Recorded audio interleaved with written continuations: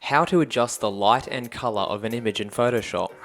Alright, so this is probably going to be the quickest video on my channel because it's very simple. In order to change the color of an image, just press Ctrl U on your keyboard. That'll bring up this window here, and you can use the hue slider, and as you can see, certain hues of the image will change. So you can use that slider to adjust the hue. You can use the saturation slider to make the colors of the image a bit bolder and a bit more vibrant. And then there's a lightness bar, but I probably wouldn't use this one as it doesn't do a very good job.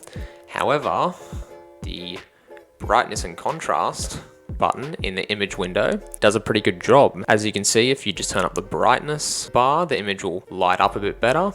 Or if you turn up the contrast bar, it'll just make the image a little bit more dense. So there's a hue and saturation table that I just got up, the brightness and contrast table, but there's also the exposure one that I feel like not a lot of people use, especially the gamma correction tool.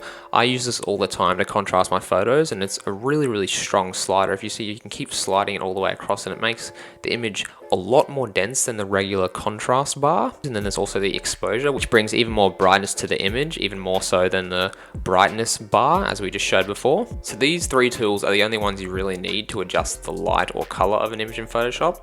And I'll just show you a quick example of what you could do with these. So that's just an example of something you could do with these three tools. But another tool you could use to adjust the colors is what we discussed in my last video, which is the color range tool.